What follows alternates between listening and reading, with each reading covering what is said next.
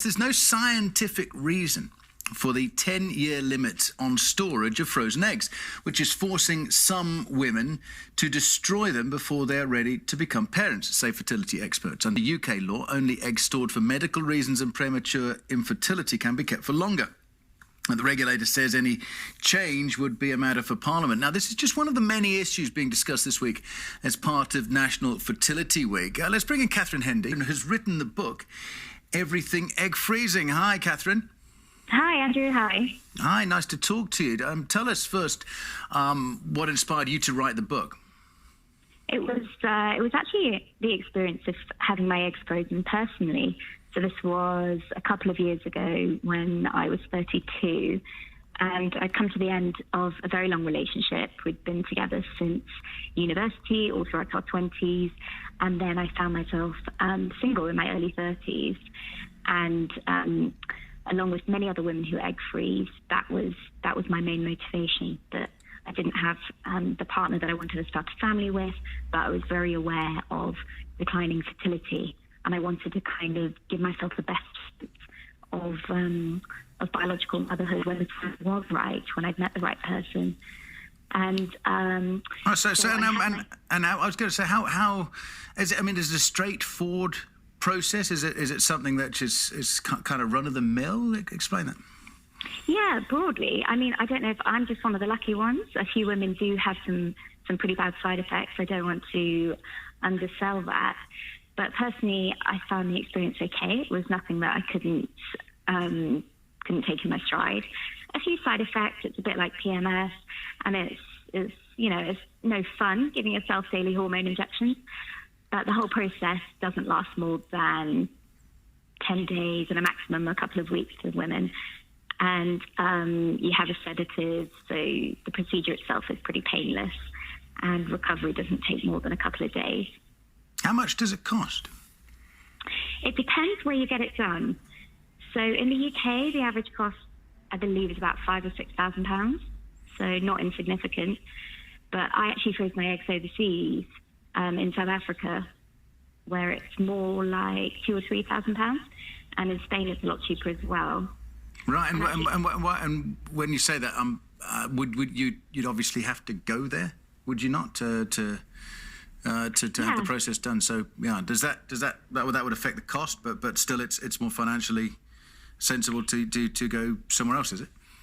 Yeah, I mean, it's kind of on everyone's individual situation, really. So it's even once you add in flights and accommodation, it can end up representing a saving. But, it's not for everyone. There are downsides to doing it overseas, and it's sort of each case on its merits. You can do most of the hormone injection process at home and then just travel for the procedure itself and just be away for a few days, especially if it's somewhere like Spain.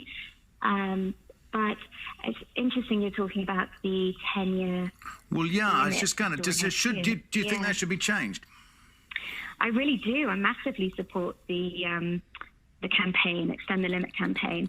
It's, weirdly giving the incentive for British women to travel overseas to freeze their eggs, where, I had a good experience, but it's not to say that every woman will.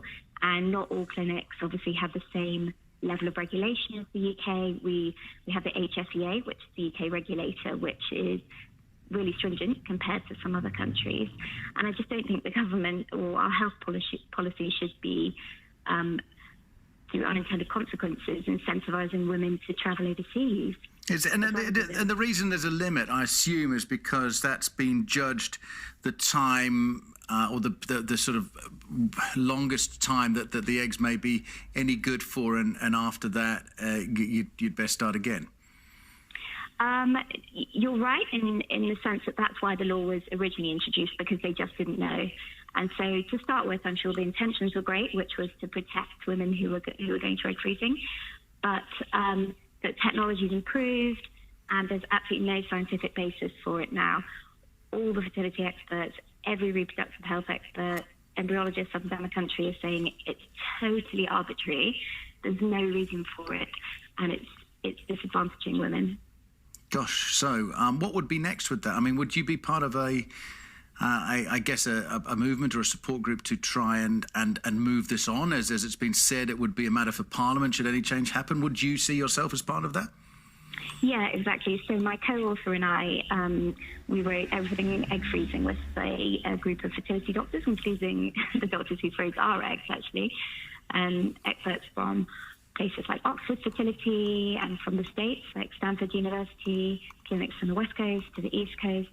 And none of them, not a single one of them, supports the idea that there should be any limit, let alone something as short as 10 years for egg freezing. But the actual Extend the Limit campaign is run by the Progress Educational Trust.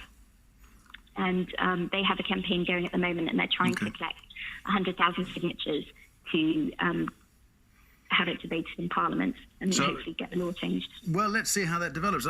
Work to do, but look, interesting to talk to you. Thank you. Everything Egg Freezing is available now via Amazon and other places too.